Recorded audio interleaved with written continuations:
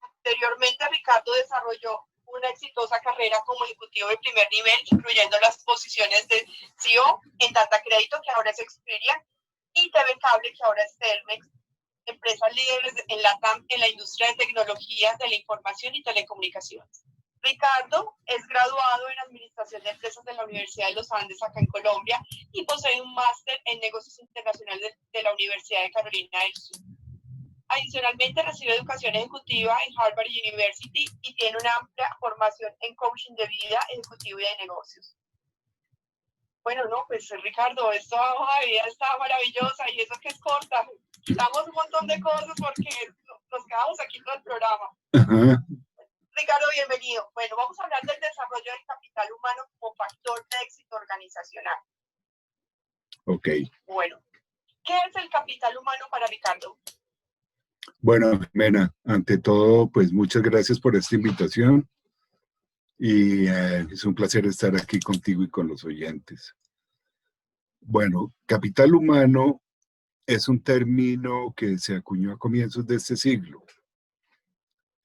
Nunca se había hablado de él con esta forma tan precisa y todo se origina con el movimiento que se dio en psicología y en psiquiatría hacia finales del siglo pasado, cuando se entendió que el ser humano, además de tener una capacidad intelectual que debe ser desarrollada y que pues todos conocemos y es la razón por la cual pues todos emprendemos un plan de estudios para desarrollar nuestro coeficiente intelectual, se encontró la necesidad de definir un aspecto fundamental en las organizaciones, que es el capital humano. Recordemos de dónde viene la creación del término capital. A comienzos del siglo XIX, recordemos en los comienzos de los 1800, se dio la revolución industrial por la invención de la máquina de vapor.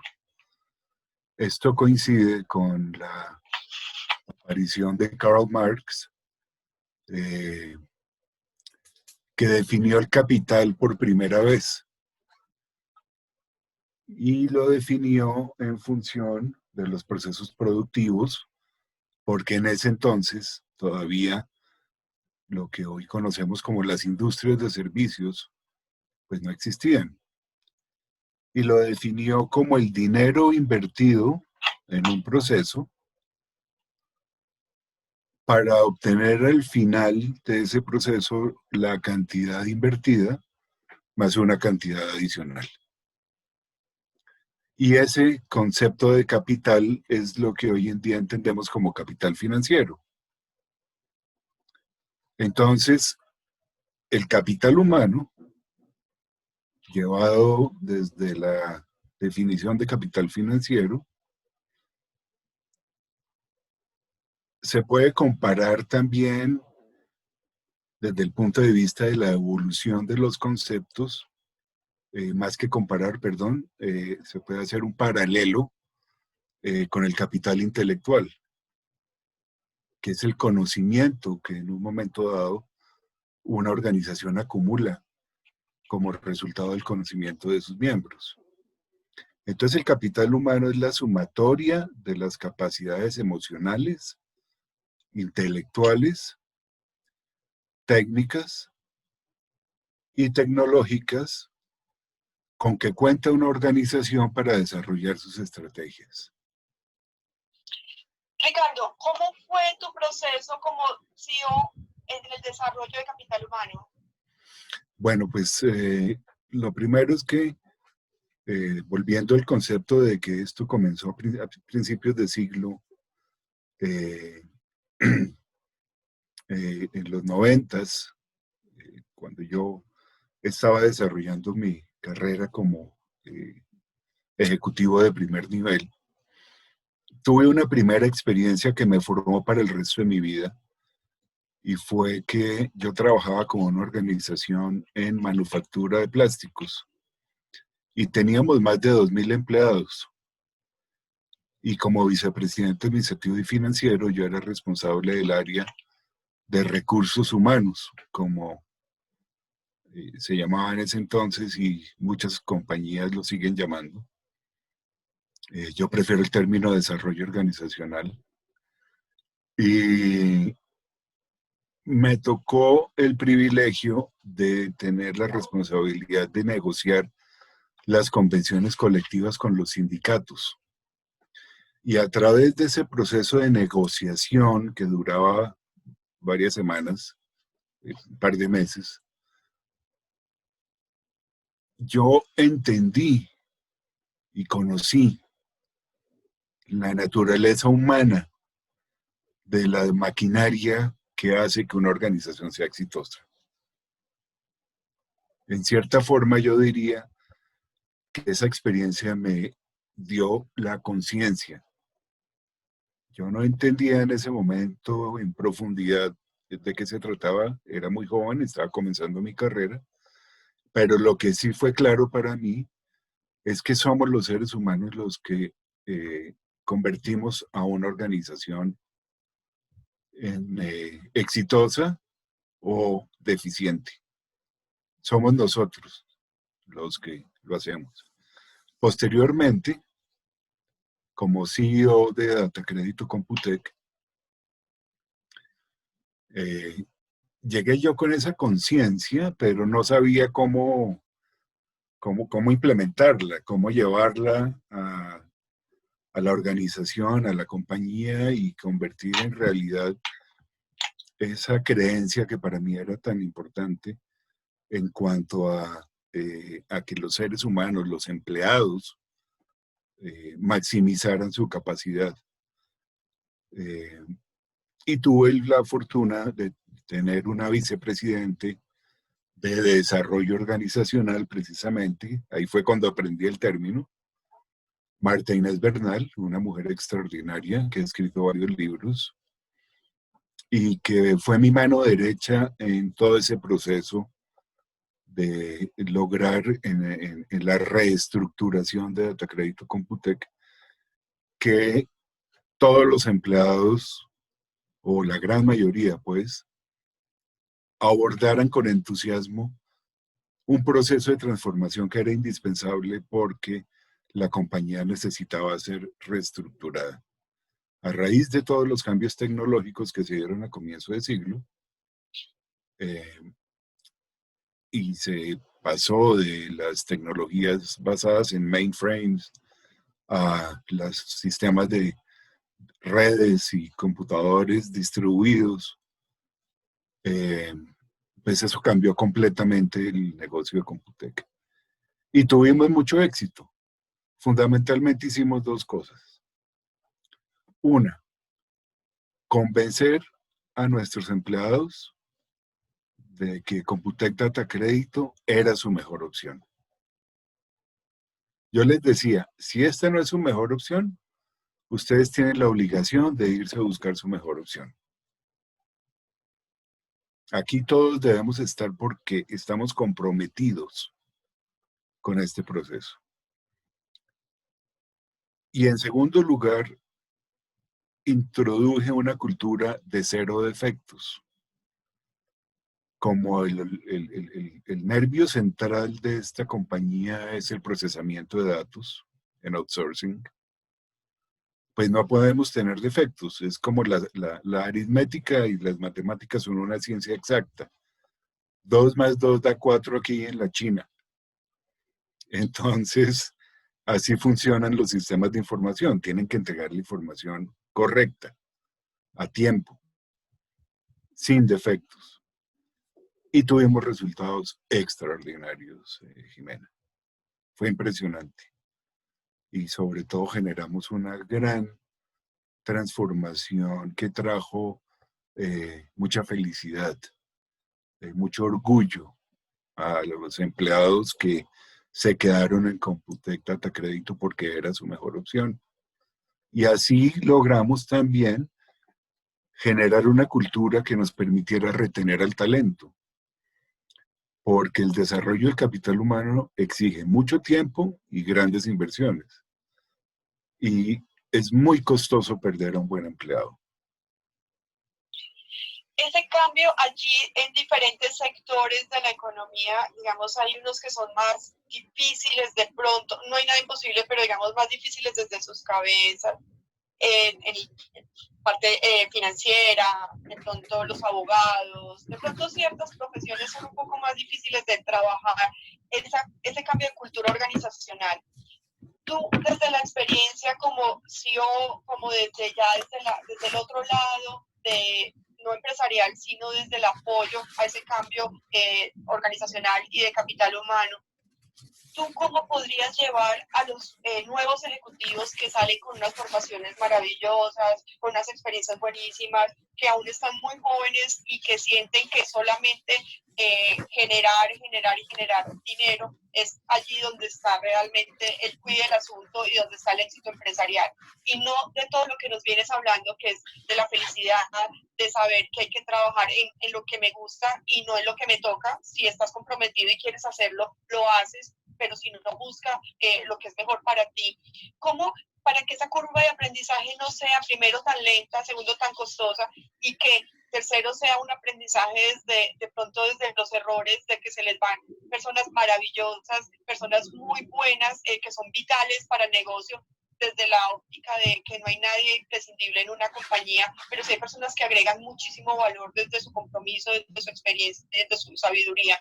¿Cómo podrías llevar a estas personas, estos nuevos ejecutivos, a que entiendan que allí es donde está realmente el cambio?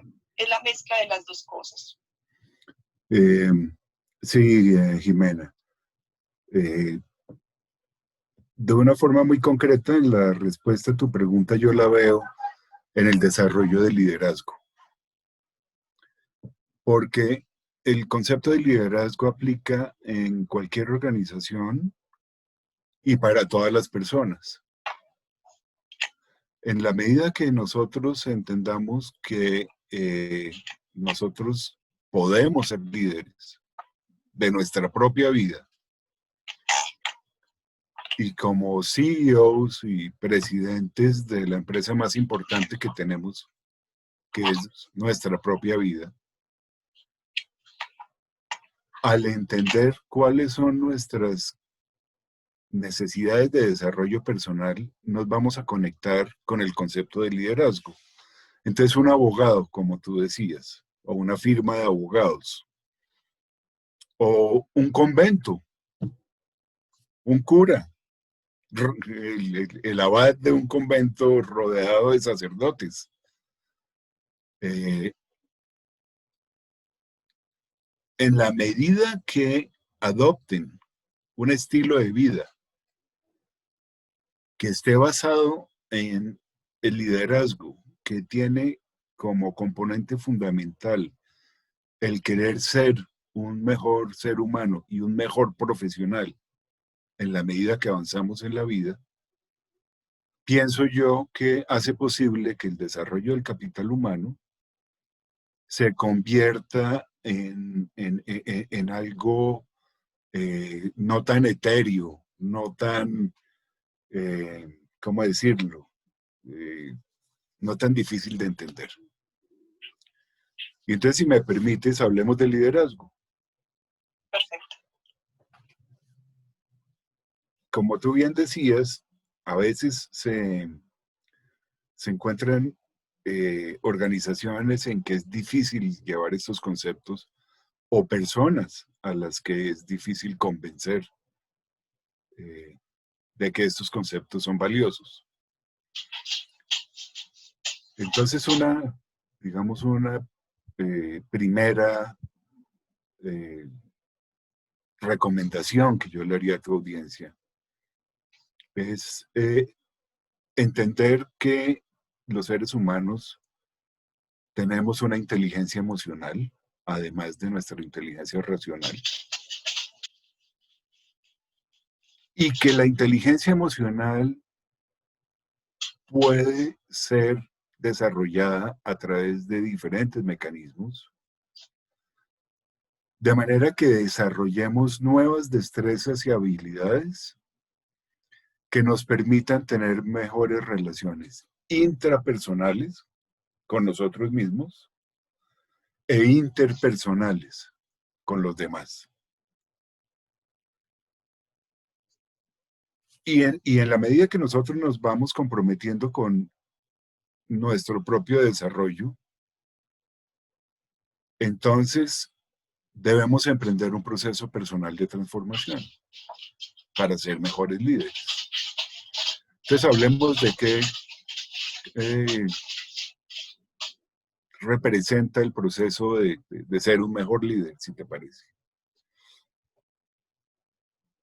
Lo primero, sobre todo ahora en estas épocas de pandemia y con todas los retos y desafíos que nos ha traído estos aceleradísimos cambios en la sociedad, pues nosotros debemos estar abiertos a la creatividad y a la innovación. Debemos perder un poquito el concepto de ser tradicionalistas y conservadores. Debemos abandonar el status quo. Necesitamos aceptar que la creatividad y la innovación son parte fundamental e inevitable del desarrollo del ser humano en este siglo XXI. En segundo lugar, y que es algo difícil, pero con la práctica del maestro se logra, es no tener prejuicios. Por decir algo, hoy en día se habla mucho de la diversidad de género. Allí se pueden encontrar muchos prejuicios. Entonces, como seres humanos, nosotros debemos entender que tenemos que desarrollar la capacidad de trabajar, por ejemplo, con personas de un género diverso, y abandonar nuestros prejuicios y prejuicios acerca de las diferencias de género. Bueno, en tercer lugar, pienso yo que un buen líder tiene humildad. Si nosotros no somos seres humildes, pues difícilmente vamos a poder aceptar, por decir algo, una retroalimentación y tener el corazón abierto a entender que no somos perfectos y que por lo tanto lo que nos están entregando es un regalo en vez de un regaño. ¿De acuerdo? Ser humilde en general es tener una aproximación hacia los demás con empatía, con la capacidad de ponernos en los zapatos del otro y entender que necesitamos generar un ambiente en que podamos prosperar juntos. Porque el liderazgo, para liderarme a mí mismo, no sirve de nada. ¿De acuerdo? Así es. Hay algo que quiero retomar allí, Ricardo, la humildad. Los líderes entonces quieren acercarse a sus colaboradores, pues abrirse, decir que son empáticos, que si tienen liderazgo, hasta el momento que les dicen, o su equipo les dice, mire, no está funcionando esto, la retroalimentación no es la adecuada, o sea, que se sienten de alguna manera como amenazados por sus colaboradores. ¿Cómo trabajar allí esa parte? Porque es que no es tan sencillo, porque si yo soy perfecto, si yo soy líder, entonces ahí se acaba la humildad, se acaba la empatía, se les olvida cuando ya hay una retroalimentación de parte de su equipo, porque sienten que lo están haciendo excelente y no es tal. ¿Cómo trabajar ese liderazgo allí y generar como esa conciencia que realmente no es llamarme ser humilde, no es llamarme ser empático, sino que realmente es tenerlo desde adentro y poderlo llevar a mi gente, a las personas con las que trabajo? Tocas un aspecto muy importante del crecimiento personal que nos lleva a ser mejores líderes.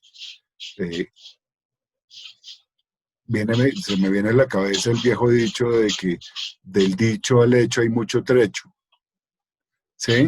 Así es. Entonces, muchos líderes creen que por el hecho de tener un título ya son líderes, ¿sí? como yo soy el jefe de la división X, Y, Z, entonces ya soy un líder. Y todo lo que yo haga y diga, pues va a ser aceptado y alabado por mis subordinados. Y muchos aceptan y alaban muchas cosas con las que no están de acuerdo, por lo que tú dices, por el temor a ser rechazados. Entonces un buen líder, además de ser humilde, tiene que darse la oportunidad de ser vulnerable y de mostrarle esa vulnerabilidad a sus subordinados. Por ejemplo, en una reunión de equipo, digamos en un área financiera,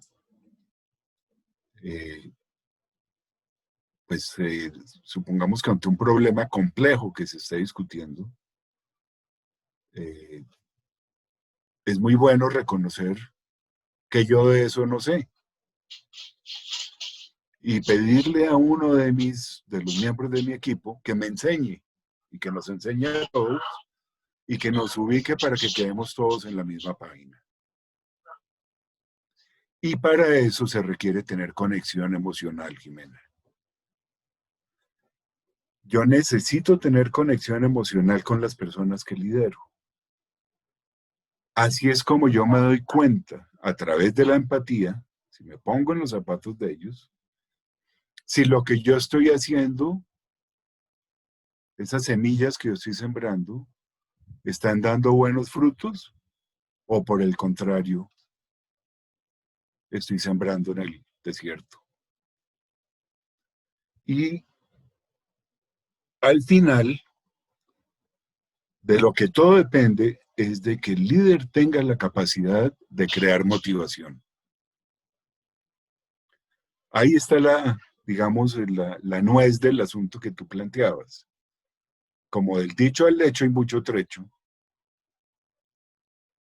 Al final, yo diría que la nuez del asunto está en que la persona acepte que necesita desarrollar una serie de habilidades y destrezas que lo conduzcan a generar un nivel de motivación en las personas que lo rodean, de manera que se obtengan resultados extraordinarios. Los líderes también deben entender eso que dices de la vulnerabilidad. No se alcanzan a imaginar permitirse ser vulnerables frente a su equipo, de reconocer de que no saben, no son expertos en un tema, no tenemos por qué saberlo todo. El equipo va a generar allí esa empatía tan grande, es que somos un equipo, esto no es el jefe y los subordinados, sino que somos todos trabajando hacia un mismo norte, hacia un mismo objetivo.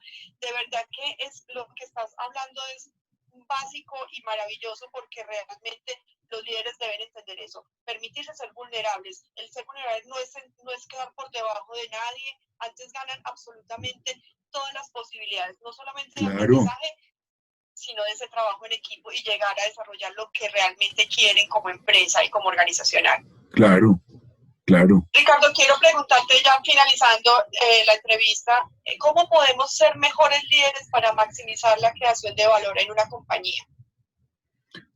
Ok, entonces veníamos hablando de que un buen líder genera motivación. Entonces lo primero y lo más importante es la motivación. Es el querer hacerlo, es el querer lograrlo. Para maximizar valor, pues lo primero que necesitamos es energía. Entonces debemos crear unos espacios tales que los líderes de la organización, perdóname la redundancia, lideren equipos de alto rendimiento que están altamente motivados para cumplir metas. Porque pues en las organizaciones, en las empresas, de lo que se trata tu programa, de lo que se trata es de maximizar la creación de valor. Entonces, como te decía, yo pienso que es un proceso de ida y regreso. El líder promueve en su equipo el desarrollo de habilidades, destrezas, compromisos y motivaciones que a su vez le traen a la organización unos resultados extraordinarios y que se representan de dos maneras, porque cuando yo hablo de maximización de valor, no únicamente hablo de la maximización del valor financiero, hablo también de la maximización del valor social. Una organización que únicamente se concentra en la maximización de valor financiero, a largo plazo no tiene oportunidades de prosperar en este entorno que vivimos y en el que vamos a vivir en los próximos meses y años. Porque más que nunca nos hemos dado cuenta de que todas esas métricas numéricas, de metas, presupuestos, porcentajes, etcétera, pues simplemente no se pueden cumplir porque el entorno nos trajo unos impedimentos que desbarataron por completo todas nuestras planes, presupuestos y expectativas. Entonces, si nosotros no entendemos que tal vez este es un momento de concentrarnos en la creación de valor social para poder encontrar ese nuevo norte y esa transformación que nuestras empresas van a necesitar en el mundo post-pandemia y obviamente en los próximos meses y un par de años durante la pandemia, pues también son empresas que van a fracasar. ¿Y en qué consiste el valor social? ¿Qué es valor social? Rápidamente, dos cosas. Una, pues tu primera responsabilidad, que es la de generar bienestar en tus empleados y sus familias. Que todos aquellos que componen tu organización y dependen de ella, reciban de la organización unos rendimientos sociales basados en los compromisos morales, como yo los llamo, en cuanto a que no haya corrupción, por ejemplo, en una empresa. Ese es un enorme valor social. A que haya solidaridad, a que los empleados, por ejemplo, hagan proyectos que impacten a sus comunidades. El crecimiento personal de los seres humanos que conforman la organización, que las personas no se sientan estancadas, que las personas sientan que hay un espacio donde crecer. Y en la medida que todo esto es cierto, pues tú vas a tener empleados motivados para maximizar la creación de valor económico, el valor financiero, como hablábamos antes, que se representa en entregarle dividendos a los dueños de la empresa. Entonces, en la medida que tenemos conciencia de que esa rentabilidad hay que mirarla desde una perspectiva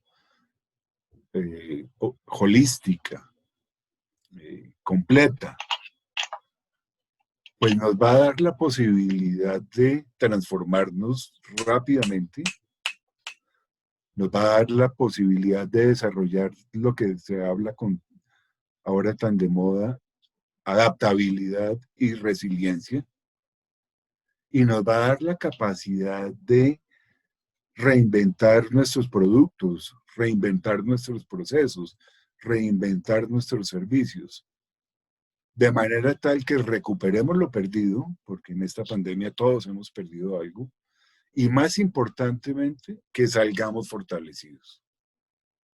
Ricardo, pues este tema es maravilloso y es tan extenso como para más programas, pero me gustaría que le dijeras a nuestros oyentes dónde te pueden encontrar, correo electrónico, redes sociales, ya para finalizar el programa en el día de hoy. Bueno, me pueden escribir a mi correo electrónico, que es muy fácil, ricardo.saldarriaga@yahoo.com. En las redes sociales me pueden encontrar en Instagram como @Richie Saldarriaga. Y en LinkedIn, pues simplemente hacen un search de Ricardo Saldarriaga y ahí yo les aparezco como miembro del equipo de Global Strategic Advice Services, que es lo que hago hoy en día. Ricardo, muchísimas gracias por aceptar la invitación en el día de hoy. Un abrazo, un lindo fin de semana y muchas gracias a nuestros oyentes por acompañarnos en nuestro programa Alquimízate. Te esperamos el próximo sábado de 10 a 11:30 de la mañana y un abrazo y lindo fin de semana también para todos. Gracias, Jimena. Chao. Felicidades. El speaker. Entonces, presentando anteriormente, Ricardo desarrolló